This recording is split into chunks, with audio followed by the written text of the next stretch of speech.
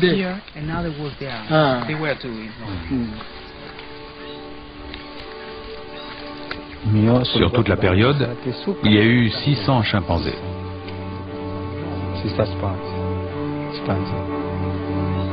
Les hangars.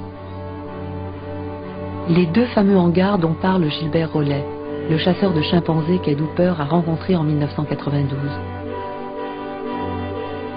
C'est là qu'étaient maintenus les 600 chimpanzés de l'Indy. Gilbert Rollet était officiellement fonctionnaire des eaux et forêts. Mais pendant 3 ans, il ne sera qu'au seul service du laboratoire de Stanleyville pour approvisionner le camp Lindy. Pour un tel programme de capture, Rollet fit appel aux plus grands chasseurs de chimpanzés, les pygmées.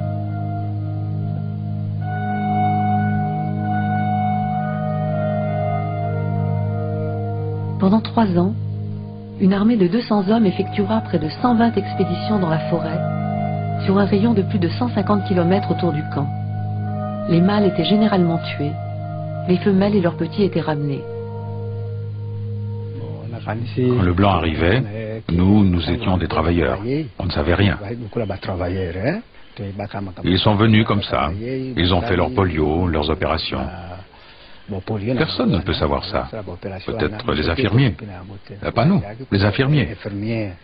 Eux connaissaient leurs secrets. Quels sont ces secrets dont parle Bayello? Il ne reste plus rien du camp qui puisse nous éclairer. Dans la jungle, nous n'avons trouvé que quelques traces. Une pierre de fondation avec des initiales et une date. 1956. Et quelques poutrelles d'acier. Mais des clichés nous donnent une idée de ce que fut l'Indy. Ces photos furent prises par Tom Norton, un Américain, en février 1957. Elles permettent de dater l'un des voyages de Koprovsky au Congo. La date n'est pas anodine, elle correspond à un événement. Le premier gros arrivage de chimpanzés au camp Lindy. Plus d'une centaine capturés en une quinzaine de jours. C'est un nombre exorbitant. Pour la première fois, Koprovsky prend le bac et visite le camp dont il est l'instigateur. La visite est d'importance et elle est immortalisée comme il se doit. Poignée de main des cofondateurs, Courtois et Koprovsky. Photo de groupe de 4 médecins autour du pionnier du vaccin oral de la polio, au milieu de la jungle, loin des labos. On y reconnaît Ghislain Courtois, le directeur, Hilary Koprovsky, Paul Austerlitz, Tom Norton, le bras droit de Koprovsky, et Gaston Ninan, microbiologiste, qui participera à la grande campagne de vaccination de la rouzizie.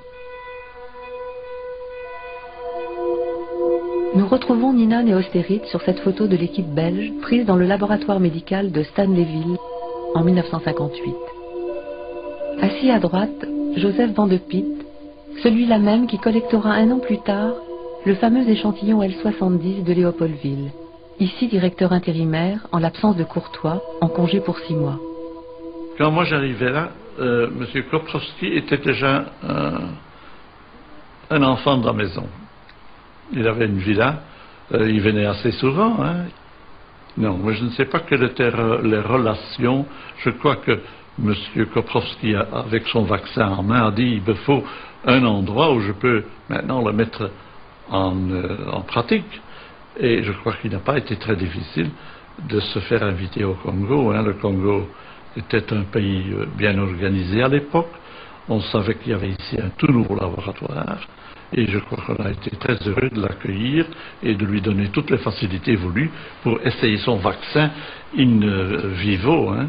Et je crois que dans l'ensemble, on décrit 1 million d'enfants qui ont été vaccinés à cette époque. Comme vous l'avez vu sur la photo dans le livre de Hooper, c'était un très grand et même un trop grand bâtiment.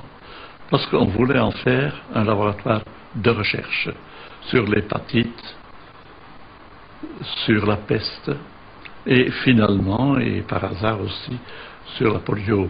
Et quoique j'étais sur papier l'administrateur du laboratoire, je ne m'occupais pas de la gestion de tous les jours, j'étais au courant de la plupart des choses, Et je me rappelle toujours que c'est avec plaisir que dimanche j'allais nourrir avec des bananes les chimpanzés du site de la Lindi.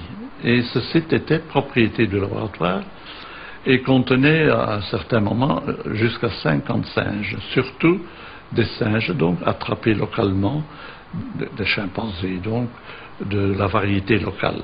Mais par simple observation, je peux vous dire quand même que je n'ai jamais entendu dire, ni jamais vu un acte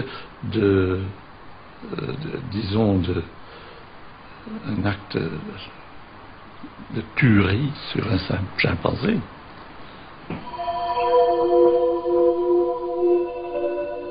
Dans son livre, Ed Hooper affirme que 400 chimpanzés y furent sacrifiés. Bayello nous avait parlé de secrets que seuls les infirmiers connaissaient. Il nous a conduits à l'un d'eux, Joseph. Joseph était l'infirmier en chef pendant toute l'existence du camp Lindi. Et pour la première fois depuis 48 ans, il parle. On avait construit ce camp parce qu'on y mettait les chimpanzés. Et quand on me demandait de tuer le chimpanzé, je le tuais.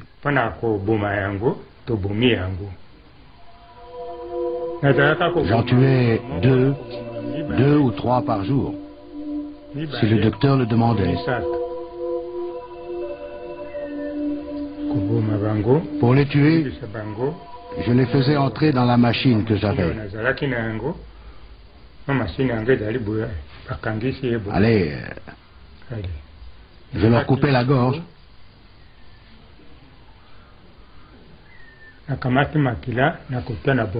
Quand j'ai fini de prendre le sang, je le mets dans un bocal en verre, comme ça.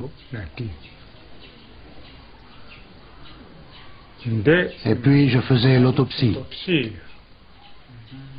Je coupais ici, je coupe tout. Et j'enlève le foie.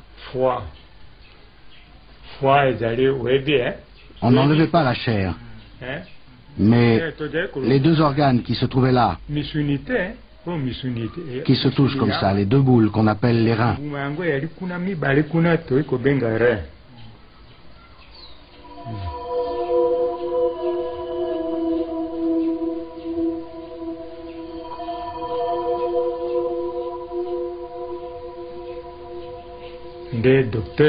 Le docteur les prenait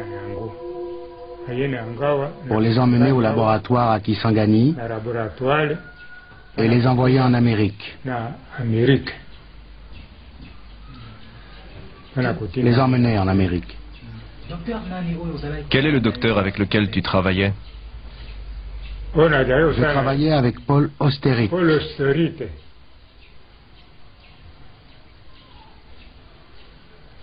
Joseph n'a aucune hésitation. Pour lui, Paul Austerite était celui qui donnait les ordres.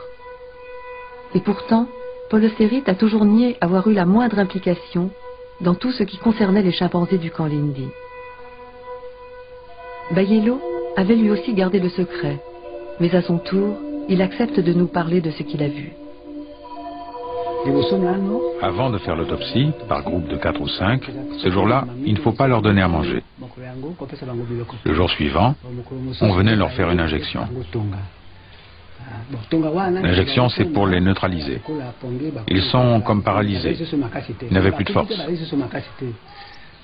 Mais ils ne sont pas morts. Ils n'ont plus de force. Alors on les prend pour faire l'opération. On les enlève, ils vont avec Joseph pour faire l'opération. Après l'opération, on les jetait et on les enterrait. On ne les mangeait pas, on les jetait. Quand on fait l'opération, l'animal est encore en vie, il est conscient, il voit, il parle.